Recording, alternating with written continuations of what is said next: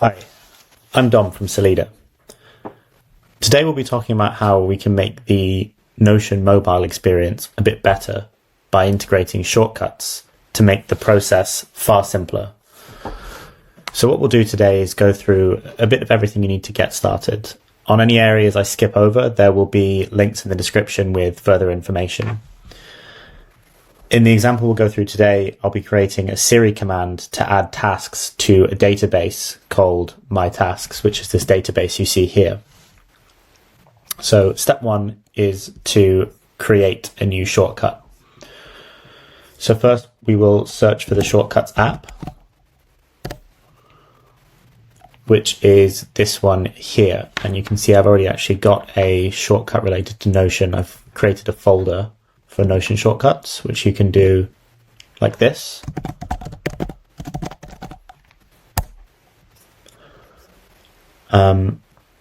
Going back to the Notion folder though, we want to click the plus button up in the top right to create our shortcut. So now we basically have a blank shortcut we can build from.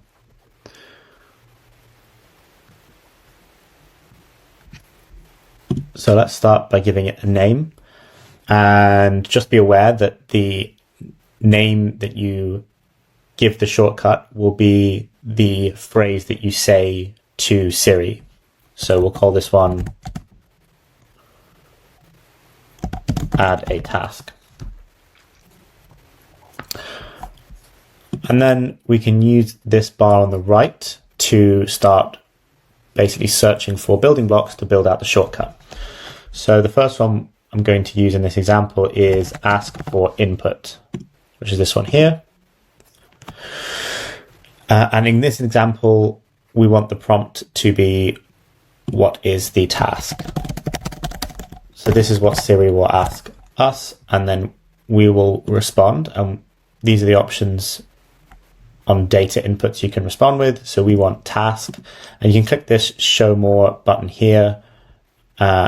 And I just leave this allow multiple lines selected. So now Siri will ask us something and we will give a response, but currently that response doesn't actually do anything because we need to add additional blocks in this area.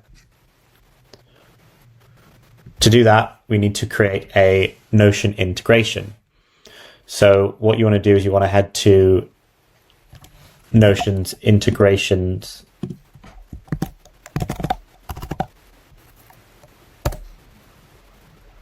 site. All of these links will be in the description below, so don't worry about that. You can have a look at those in your own time. So you want to click create new integration here, and then here you have some basic information to fill out. So you want to select your workspace, you want to give it a name, so I'm just going to call it Siri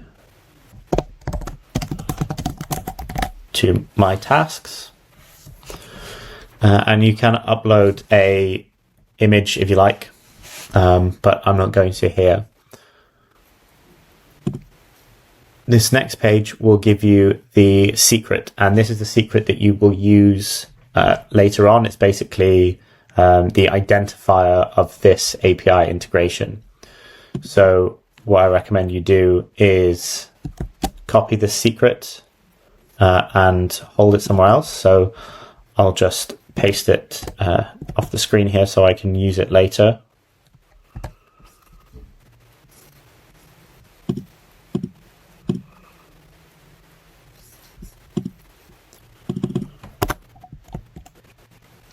There we go. So next up we have capabilities. For this integration, I only actually need it to be able to insert content because I won't be asking Siri to update an already existing task, and I won't be asking it to fetch information and feed it back to me.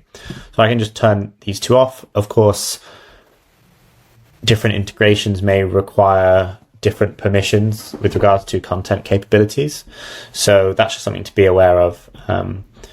I will also link a page in the description that shows a bit more information about this capabilities page. sort of save changes here. And we will head back to shortcuts.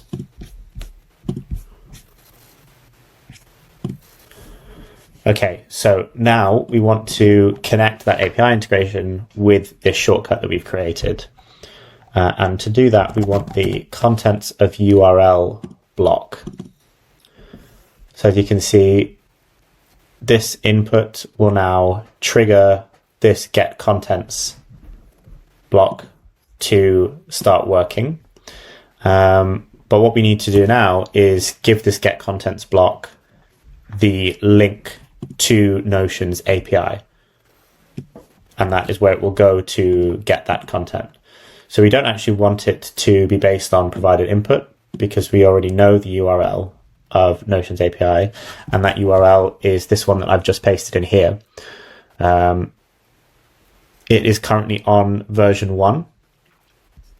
And at the time of making this video, that's the correct link. That could change. If you want to check whether or not that has changed, it'd be worth checking Notion's API documentation, which is something I'll get into later on in this video, but it's also something that I will link in the description. Everything we do after this point will be in this block because you've already handled the input. Now we need to handle the actions. And the first thing at the top of this block is the method. So there are 5 main types of API request, and they correspond to these 5 options here. Get retrieves information from the API, from the location. Post puts information into it. Put updates information that is already there. Delete deletes. And there is also patch, which partially updates information. For the purposes of this integration, we are going to use post because I want to give Siri the text of a task I want added to the database, and then it will create a new database item. So it will post a new database item within the database. So now that I've selected my method, you can see that there are 2 tables here. So there's one called headers and there's one called request body. So this is what we will be creating to give the request to Notion's API the information that is required. And that information has to take a very specific structure, which is, I guess, the point at which people can sort of get a bit confused and put off. But all that information is in the API documentation, and I'm going to go through it now and hopefully demystify some of it. So we start with blank tables, and we start with the header, which at the moment is completely blank. So we need to add something to this header, because all API requests need to have a header and a body. That's just the way that it's structured. So we click this plus icon. Now we have an entry in this table that simply says key and value. So on the left-hand side in key, we want to type authorization. We want to type the American version of authorization, so with a Z instead of an S. And that means that when Notion API goes to read this request, it knows basically to look for the kind of password, or what's called an API secret. It knows that it is in this part of the header that it needs to find that. Before we paste in the secret, which we kept safe from earlier, we need to type in the word bearer, and then a space, and then we put the secret in. As you can see in the value, the secret will disappear, but it is still there. It's just a formatting thing. And then the other thing we need to give in the header is which version of Notion's API we're using. So we want to add a new item again by clicking the plus key. And I want to type in Notion -version, capitalizing the N and the V. The most current Notion API version is 2022-06-28. You can find that in the versioning section of Notion's API docs. So before you ever do this, just check that you're using the most current version and what the date is of that version.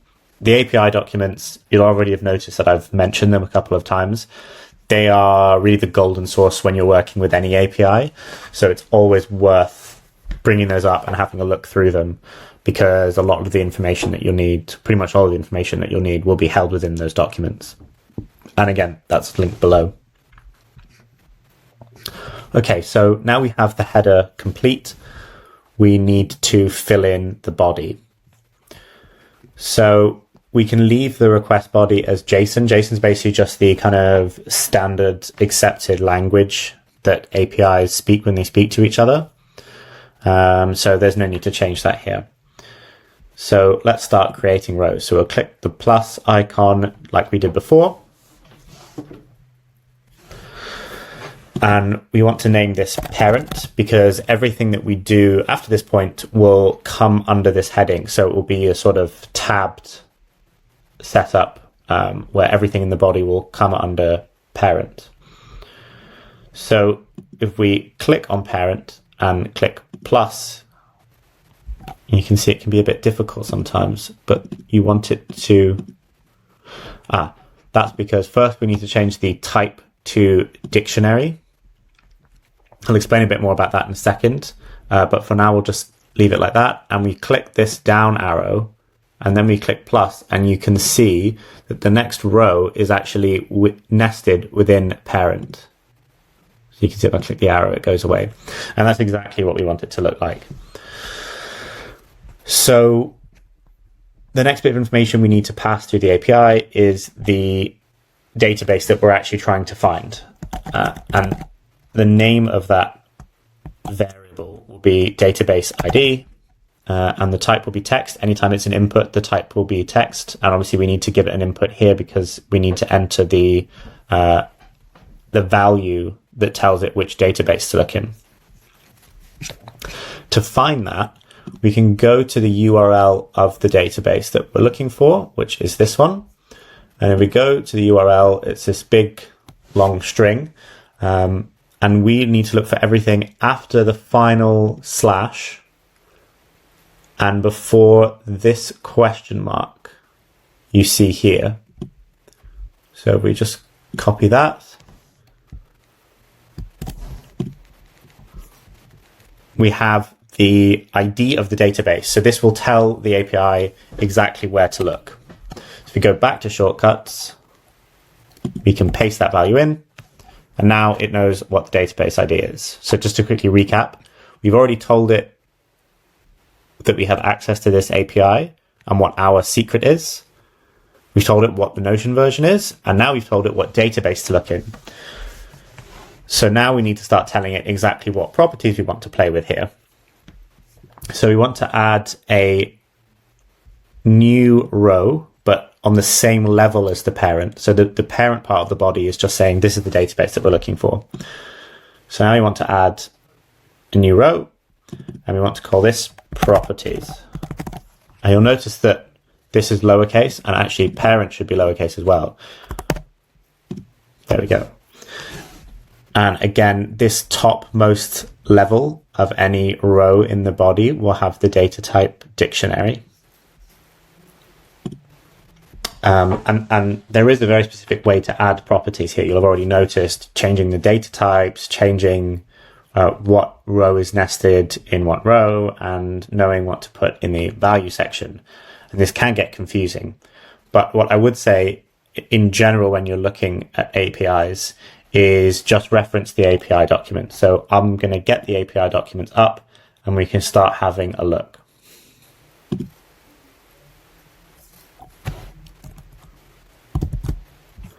And let's put this on the right hand side. So just as an example, now that we've got the API documentation up, let's add a new row to properties. As you can see, just confirming that that's nested within the properties part of the body. And the first thing we want to change is the name of the task. So you can just quickly check back in your database, you want to change the name. So now we have the API documentation up and we have our shortcuts up. We want to look at the different page properties we need to add. So if we go to page and and page properties, the first thing we need to do is add the name, which is a title property. So if we look in the table of contents and click on title, this will give us a bit of information as to what we need to fill in on our shortcut. So you can see here, it's actually arranged similarly to what we have on the right hand side, where you've got properties, and then you've got the name of the property. But obviously, then because this is a title property, that doesn't mean that that's what you've called it in your database. We've actually called it name. So that's the first thing we want to do. We want to type in what we've called it. And again, because it's because this row is mapping something that we've created to something that exists and we want to change, that is going to be type dictionary. And you can see every time you change something to type dictionary, it then gives you this drop down. So you kind of know you're on the right track, because obviously we have more information to add about the name. So we need to add another row here under name, and we need to give it the title of the property. You type in title here. So here's a small trick to know what the type should be. If when you see the information telling you about the property type, which is everything under where it says the name of the property type, so all of this, if the symbol after that is a square bracket, then the property type will be array. If the immediate symbol after that was a curly bracket, so there was a curly bracket up here instead of the next one along, then it would be type dictionary. So you see up here when we said that title was the property type and there was a squiggly bracket, what we've replaced name with is what they've called title here. And we use name and then dictionary. And we've gone one level down to this bit of information here. And so this needs to be an array. And the only time you use text is when there is an actual input on your side. So you remember here, we had to pass it the database ID. So we had to input some text. And so we used text as the data type. But of course, this isn't the only thing we need to tell it. So we know that we're looking at a title now, but like we've just said, we need to tell it what the content is going to be. So we need to add another row under here. You can't actually edit anything on this row because we're not at that stage yet. This actually needs to be another dictionary. And we need to create another row in here where we can tell it that we want it to look at some text that we're going to pass through to it. And then this is where it can be confusing. On the next row is where we actually tell it what that text is going to be. So this row is called content. And again, you can see it's matching up with what we have on the left-hand side here, where we have a type, which is text. After where we have the name text, we have the curly brackets, which tell us that it's dictionary. And then we have a row called content. And now we need to tell it what the actual content is, which on the left-hand side in this example would be this text I've highlighted here. So this is text because it's an input. And then the value, we right-click and we go to insert variable and we say provided input. So the provided input is this up here. So it will be the name that we speak to Siri when Siri asks us what the task is. So now we have our input, we have our connection to Notion's API, and we've told it how we want to impact the database and what that database is. So we can go ahead and click up in the top right hand corner, we can click run. And because I'm doing this on my computer, it's just going to ask us to provide the text as opposed to it being spoken like it would be on the phone. So we'll just call this example task and hit done. And you can see we've run into an error. So anytime you run a shortcut, you will see the script running here and you can see if there's an error. And normally the error will give you an indication as to how to fix the error that you've thrown up. So it says here, could not find database with this ID that we passed to it. Make sure the relevant pages and databases are shared with your integration. So to do this, we need to go to our database and click the three dots up here. And we go down to connections and we need to type in a name. And if we go back to our integrations here, we gave the integration a name, which was Siri to my tasks. So if we go back here, go to connect to, and we type in Siri, you can see that there is only my old integration. So if we refresh the page,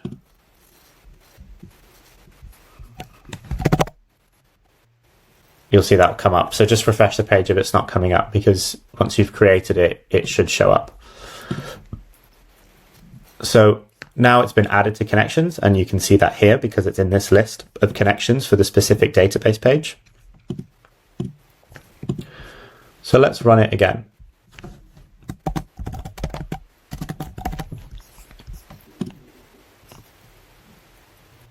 You can see that that has shown up here.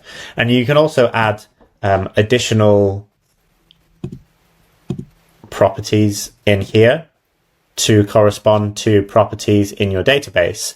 So Siri could prompt you multiple times and you could actually fill out this entire thing just with a shortcut.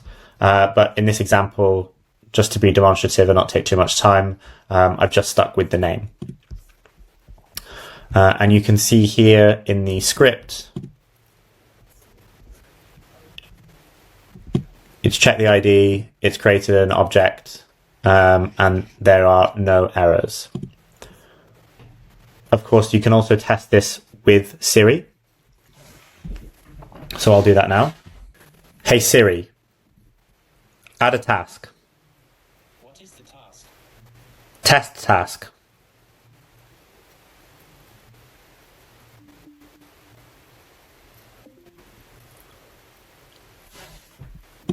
Okay, so now if we refresh this database,